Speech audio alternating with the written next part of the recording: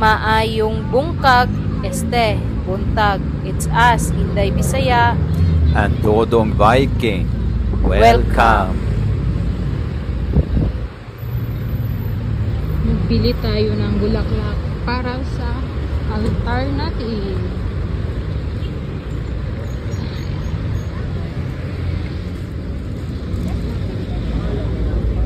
May rose sila dito. Dito po may 360. Pwede po pipili, ate? Sige po. Ano ba, sunflower po? Yes. Roses. Opo. Ito po, pino lang. Alay, ito. Pink.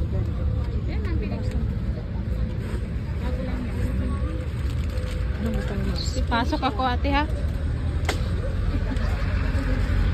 Magkano po isa nito? 50.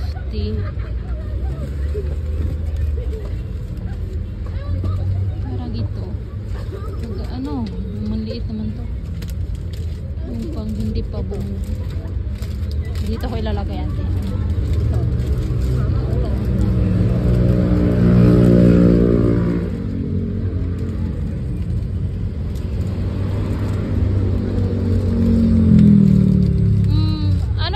Pwedeng ilagay dito, ate, para talagang mag-last siya ng isang week.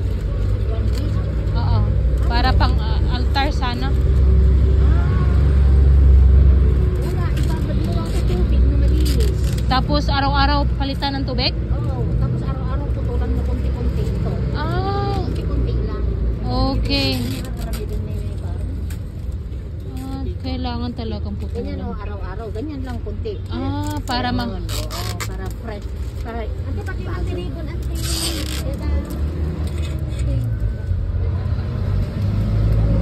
Pangaganda. Ilan na yan? O yung hindi masyadong nagbuka ang kunin. Kasi bago lang ito eh. Kanina kumaga lang.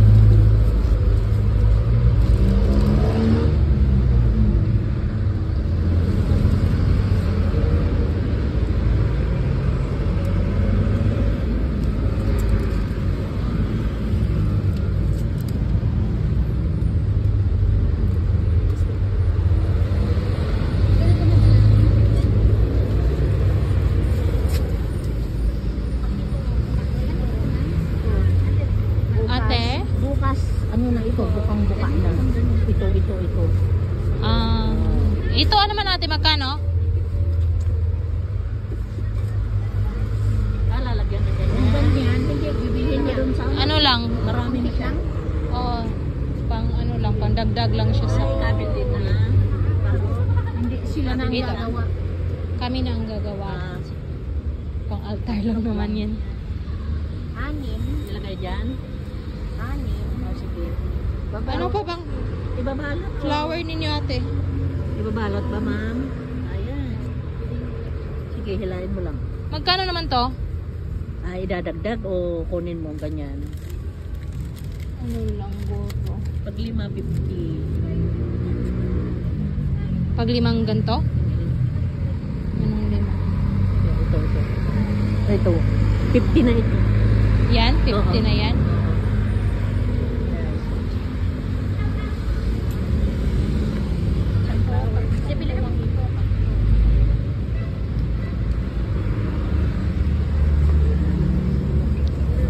$50 din ganto. O, pag yan, 50 na. Ito pa din. Magkano ito ni 50? Ang fresh ng bulaklak na nabili ko. Ano yan? 50 each. Ito, 30 lahat to. Itong ganto. Tsaka ito, 50 yan. Tsaka yung mga rosas. 3 rosas. Sige, see you next time. Bye. Be humble. 50.